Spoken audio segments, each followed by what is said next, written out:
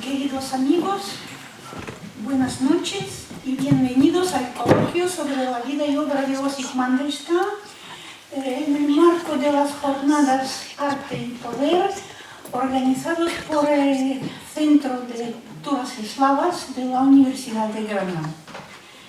Es un honor y un verdadero placer tener la oportunidad de presentar ahora a nuestro distinguido conferenciante Sebastián Moranta, doctor en Filología Románica por la Universidad de Marburgo, Alemania, y profesor asociado en la Universidad de Múnich. Licenciado en Filología Catalana y Filología Eslava por la Universidad de Barcelona, Sebastián amplió sus estudios en Colonia, en Frankfurt, así como en el Instituto Pushkin y en la Universidad Lomonosov de Moscú. Es una figura destacada en el campo de la hispanística por su dedicación a la recepción de autores de habla hispana en el extranjero y en Rusia. Actualmente prepara su tesis de habilitación sobre traducciones de escritores hispánicos en la Unión Soviética. Es asimismo traductor alemán, francés y ruso. En cuanto a su interés académico por el ámbito eslavo, algunas de sus publicaciones versan sobre la vida y obra de Osip Mandelstam. En este sentido es coautor y coeditor del volumen bilingüe alemán-español titulado Osip Mandelstam, Palabra y Destino. Es el catálogo de la exposición que se celebró en este centro García Lorca hace unos años. Una exposición que primero se celebró en Moscú, luego pasó a la ciudad de Hamburgo y finalmente llegó a Granada y con mucho éxito pues, tuvo lugar aquí en esta sede del Centro García Lorca. En la introducción a esta edición en la que colaboró nuestro conferenciante, Dmitry Petrovich Bak, el director del Museo Literario de Moscú y también promotor de la exposición sobre Osip Mandelstam, escribió lo siguiente: este es el segundo aniversario de Osip Mandelstam que la sociedad rusa conmemora. El primero, el centenario de su nacimiento, lo celebramos en 1991. Entonces aún existía la Unión Soviética y durante la inauguración de la placa conmemorativa de la Casa Herzen sonó el himno soviético. También dice en esta introducción que en el año del primer centenario de Osip Mandelstam, por primera vez se publicaron sus obras sin censura, por primera vez. Y que también simultáneamente en tres ciudades, en San Petersburgo, en Moscú y en Voronezh, fueron puestas las placas conmemorativas de Osip Mandelstam. Al respecto me gustaría añadir que en los tiempos cuando yo cursaba mis estudios de filología española en la Universidad de Voronezh, nadie tenía conocimiento del nombre de Mandelstam, ni hablar de la calle de Mandelstam, ni de sus monumentos. Nosotros, los alumnos de la Universidad de Voronezh, no teníamos ningún conocimiento de este poeta. Pero teníamos la suerte de tener un profesor de literatura rusa y de la literatura soviética. Nos dijo que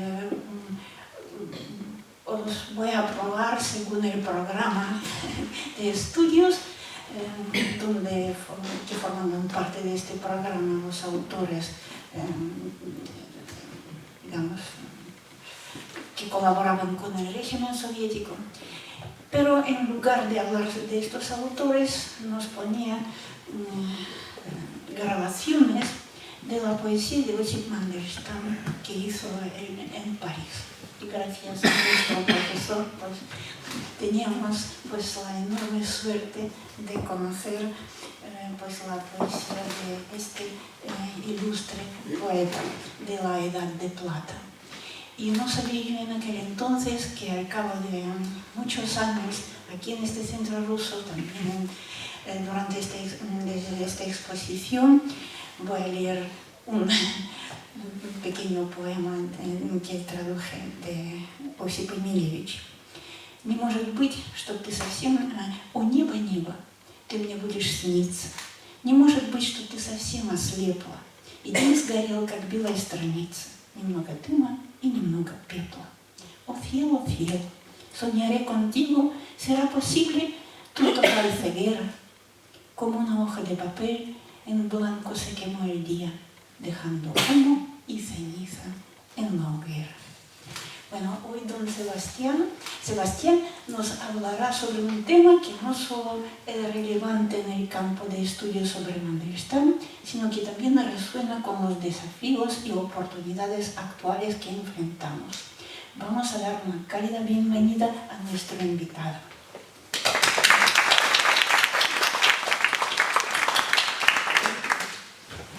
Muchas gracias por la presentación. Hablaré con el micro, ¿no? Estoy poco acostumbrado a tener el micro delante. Buenas tardes, casi buenas noches por estar aquí. Una de las veces que había estado en Granada, he estado ya en los últimos 20 años bastantes veces, fue en noviembre de 2016, coincidiendo en fin, con los últimos meses, si lo recuerdo bien, de la exposición de la que nos ha hablado la profesora Arsencheva. Y que, bueno, igual algunos de los que estáis aquí igual recordáis este cartel. Esta es la versión en alemán, Osip Mandelstam, Wort und Schicksal, Palabra y Destino. Estas fotos las tomé en el hall, en el vestíbulo de la estación central de Heidelberg, en los primeros días de la exposición, a mediados de mayo de 2016. Fue un proyecto realmente muy ambicioso, seguramente un proyecto fuera de la Federación de Rusia más importante para celebrar los 125 años del nacimiento de Osip Mandelstam. Nació en 1891 en Varsovia, hijo de judíos desplazados en el seno del Imperio ruso, aunque siendo todavía un niño se trasladó con la familia a vivir a San Petersburgo. Y la ciudad, digamos, que constituye un mito, casi un decorado, un elemento, digamos, indispensable en su obra, tanto en prosa como en verso, de sus primeras décadas de vida, es justamente San Petersburgo. Vemos aquí el cartel de lo que fue la exposición en la versión española o granadina, de la que se encargó Jesús Ortega. Recuerdo que estuvimos bastante en contacto para coordinar algunos aspectos. Fue un proyecto mixto entre las ciudades de Heidelberg y Granada dentro del programa de las ciudades de literatura o ciudades literarias de la UNESCO. Bueno, esto pretende ser una muy breve introducción, una retrospectiva, y para cerrar esta microintroducción quería comentarles que esta revista, Eslavia, revista de estudios eslavos, que editan desde hace unos años ya los colegas de la universidad, los colegas argentinos de la Universidad de Buenos Aires y la Fundación y la Sociedad Argentina Dostoyevsky, tienen previsto publicar para junio de 2024 un dossier sobre Mandelstam. Es decir, si los que estamos aquí, alguien tiene interés en presentar algún artículo, alguna traducción, algo relacionado con Mandelstam en esta revista, podría ser muy interesante y existe esta posibilidad. Bueno, esto es un poco el esquema, la espina dorsal, por decirlo de alguna manera, de la charla que había pensado, aunque después las circunstancias, la luz, el clima, el tiempo de los últimos días pues siempre contribuyen, ¿no?, a que cambien un poco los paradigmas y las intenciones. Pero mi idea era hablar un poco de un libro muy conocido de John Maxwell Coetzee, el escritor sudafricano-australiano, ahora premio Nobel en 2003, que tiene un libro sobre la censura y en el cual se refiere, entre otros autores, a Mandelstam. Uno de los capítulos es también sobre otro autor ruso, sobre Solzhenitsyn. Después quería sacar a colación o comentar muy brevemente el nombre, la figura de Arlen Blum, uno de los especialistas rusos en la historia de la censura y el mercado editorial. No sabría decir si el mejor, el más reconocido, pero uno de los que me suenan como especialistas en este ámbito de la investigación. Después quiero hacer unas consideraciones sobre los conceptos de creación literaria combinado con traducción literaria y censura, a partir de unas observaciones de Alena Vidal, traductora y profesora de ruso durante muchos años en la Universidad de Barcelona, con Ricardo San Vicente aquí presente, con Joan Castellví y otros que no están hoy. Después, conectando con Coetzee, quería ligar también algunas consideraciones sobre el famosísimo epigrama contra Stalin de noviembre de 1933, que hemos escuchado antes en ruso y hemos podido leer una traducción. Quería conectar, como digo, esta obra del 1933 con la posterior Oda a Stalin de 1937. Después quería hacer unos comentarios sobre el concepto de lenguaje esópico, esopofísic en ruso, que es una forma muy particular de autocensura a partir de la sublimación, ¿no?, que permite el lenguaje literario. El lenguaje esópico se habla mucho en toda la historiografía de la literatura ruso-soviética del siglo XX. Y bueno, para terminar, quería conectar todo esto del lenguaje esópico con algunos elementos hispánicos o españoles o ibéricos de la obra de Mandelstam, a la que ya me referí un poco otra vez hace ya unos años en esta misma casa. Bueno, pues vamos allá, que si no nos vuela el tiempo. Este es el libro al que me he referido antes, de Coetzee, el original, Giving Offense, Essays on Censorship, y la versión en español con el título Contra la censura, ensayos sobre la pasión por silenciar. Como digo, uno de los capítulos de este libro se centra en la obra poética más política, más controvertida de Mandelstam.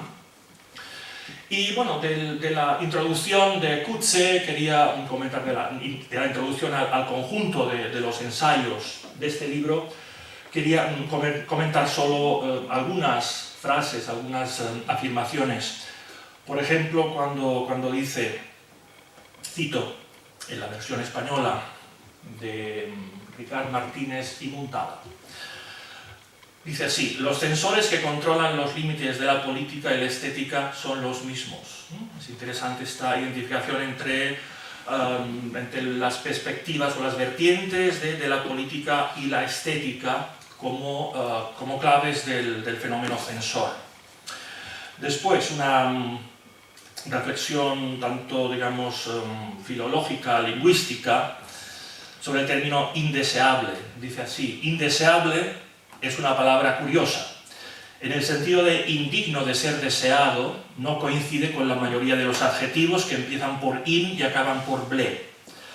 Lo que el censor trata de refrenar es precisamente el entusiasmo por los libros, las imágenes o las ideas sometidas a escrutinio. En su vocabulario, indeseable significa que no se debería desear o incluso que no está permitido desear. Es decir, la obra literaria, en ciertas condiciones, condicionada, o sea, debido al marco, al contexto social, a las características temáticas, formales, los modos en que sus autores,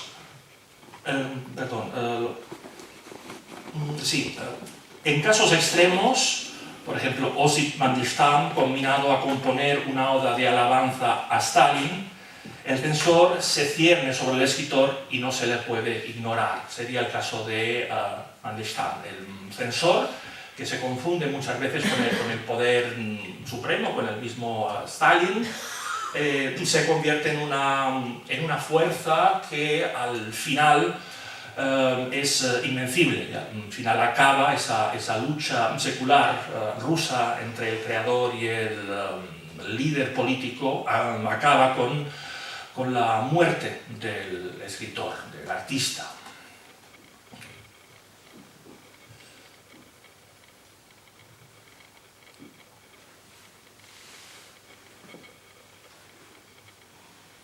Bueno, en esta cita, Ikuze se refiere a la oda a Stalin de 1937.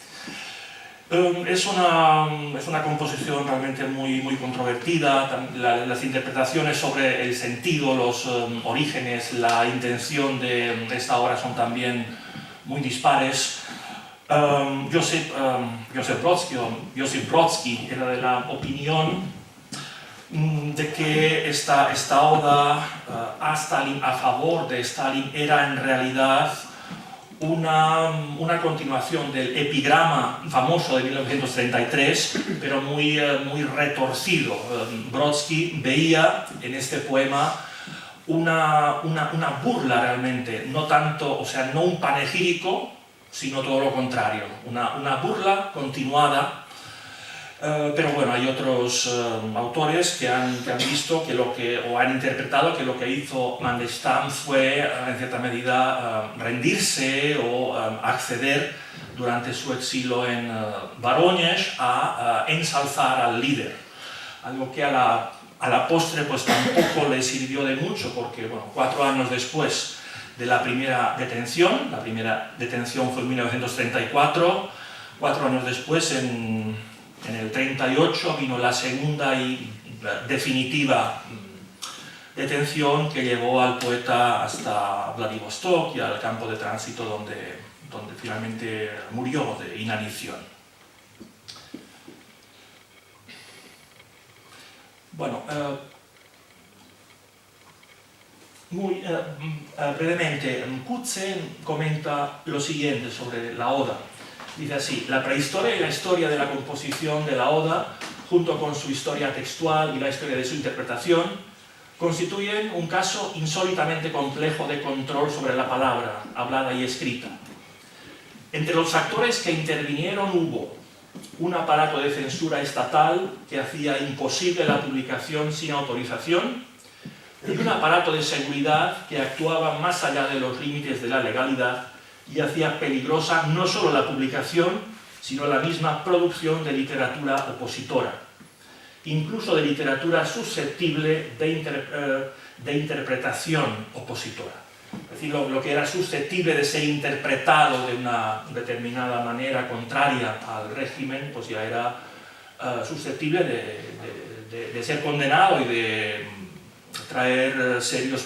causar serios problemas a su autor. Continúo con esta cita. La presión sobre todos los escritores, no solo para que declararan su Partidnost, el entusiasmo partidista, sino para que la pusieran de manifiesto en sus obras, y posteriormente presiones más sutiles procedentes de varios orígenes para eliminar la oda a Stalin e incluso eliminar la discusión sobre la oda y su existencia. Al final se tendió pues, a eliminar esta composición como si no hubiera existido.